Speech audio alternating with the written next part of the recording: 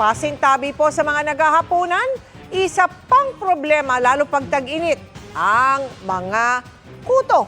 Ang dapat gawin para iwas hawaan. Alamin natin sa pagtutok ni Mark Salazar. Gigil sa pagsusuyod si Nanay Rowena sa buhok ng anak para matanggal ang mga kuto. Lagi nga po kami nag-aaway niya kasi ayaw nga po magpakuto yan eh. Lagi po yan nagkukupitan. Buti nga ngayon, hindi nag-aano. Maliit lang ang kanilang bahay kaya kadalasan hawa-hawa na raw sila. Pati siya damay kahit regular naman daw ang kanyang ligo. Katabi ko po yung mga anak ko. Nagkakaroon ka din. Opo, pero ano lang po, bilang lang. Hindi naman tulad nito, marami.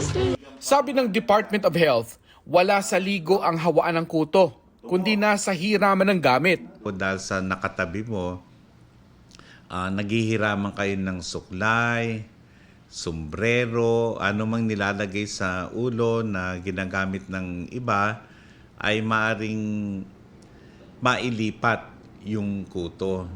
Yung pundan ng unan, so inigan yun.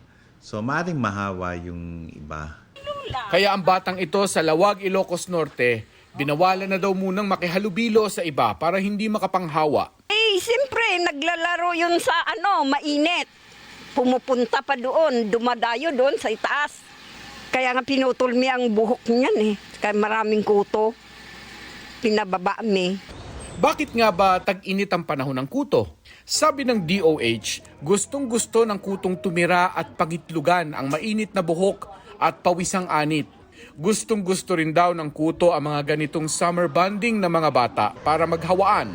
Kaya nga ayon sa Research Institute for Tropical Medicine, 3 to 12 years old na mga bata ang karaniwang may kuto infestation. Paglilinaw naman ng Center for Disease Control ng Amerika, hindi nagdadala ng anumang sakit ang kuto, kaya hindi itinuturing na public health hazard. Hindi rin nakukuha sa mga pets gaya ng aso at pusa ang kuto ng tao. Meron namang gamot para sa kuto na pwedeng itanong sa dermatologist, bukod sa pirmihang paglalaban ng mga damit, beddings at tuwalya para walang malugaran ang kuto. Para sa GMA Integrated News, Mark Salazar, nakatutok 24 oras.